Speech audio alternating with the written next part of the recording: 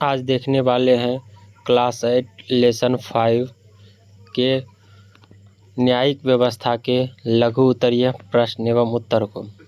तो पहला प्रश्न है, सर्वोच्च न्यायालय के न्यायाधीश पद के लिए निर्धारित योग्यताओं का वर्णन करें।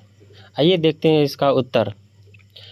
तो इसका उत्तर है, सर्वोच्च न्यायालय का न्यायाधीश बनने के लिए व्यक्ति भारत का नागरिक होना चाहिए, किसी उच्च न्यायालय में कम से कम 5 वर्ष तक न्यायाधीश रहा हो या किसी उच्च न्यायालय में कम से कम 10 वर्ष तक अधिवक्ता रहा हो। चलिए अगला प्रश्न की ओर चलते हैं। प्रश्न को देख लेते हैं, प्रश्न नंबर 2 को। तो अगला प्रश्न है प्रश्न नंबर 2, कानून के शासन से आप क्या समझते हैं, स्पष्ट करें। उत्तर देखते हैं। उत्तर, कानून का शासन, रूल ऑफ लॉ का अर्थ है कि देश में सभी व्यक्ति कानून के सामने समान है। कोई भी व्यक्ति, चाहे वह कितना भी बड़ा पदाधिकारी क्यों ना हो, कानून से ऊपर नहीं होता। सभी पर समान रूप से कानून लागू होता है। इसका कहने का मतलब है कि कोई भी कितना ही क्यों ना बड़ा पदाधिकारी हो, कानून की नज़र में सब एक समान ही होते हैं।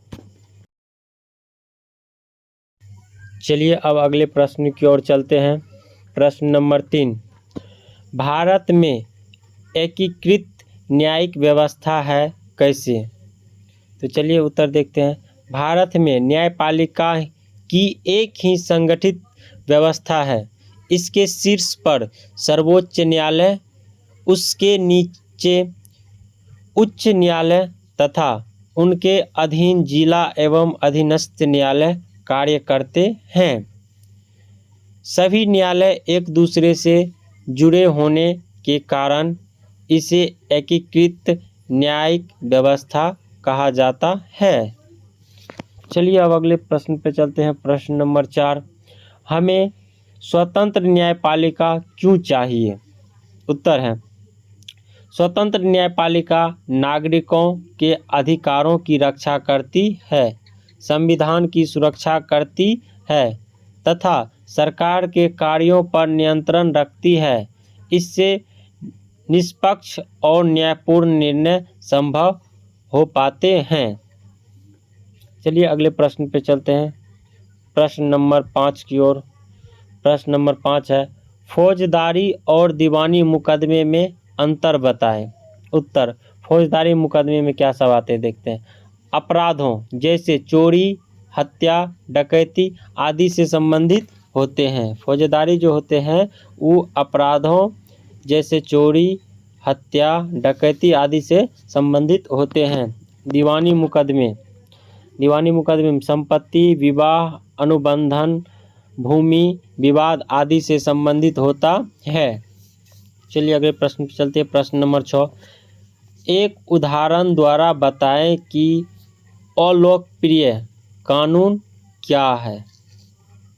उत्तर, ऐसे कानून जिसे अधिकांश जनता पसंद नहीं करती है या जिसका विरोध करती है अलोकप्रिय कानून कहलाता है। उदाहरण के लिए अंग्रेजों द्वारा बनाया गया रॉलेट एक्ट 1919 एक अलोकप्रिय कानून था क्योंकि इसका जनता ने व्यापक विरोध किया था।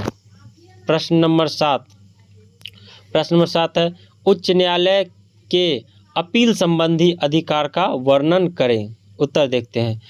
उच्च न्यायालय अपने अधीनस्थ न्यायालयों के निर्णय के विरुद्ध की गई अपीलों की सुनवाई करता है। यदि किसी पक्ष को निचली अदालत के निर्णय से असंतोष हो तो वह उच्च न्यायालय में अपील कर सकता है। चलिए अगला प्रश्न, प्रश्न नंबर 8, हमें न्यायपालिका की ज़रूरत क्यों है। उत्तर देखते हैं। न्यायपालिका कानून की व्याख्या करती है, विवादों का निपटारा करती है, नागरिकों के अधिकारों की रक्षा करती है तथा संविधान की सर्वोच्चता बनाए रखती है। इसीलिए न्यायपालिका लोकतंत्र के लिए अत्यंत आवश्यक है।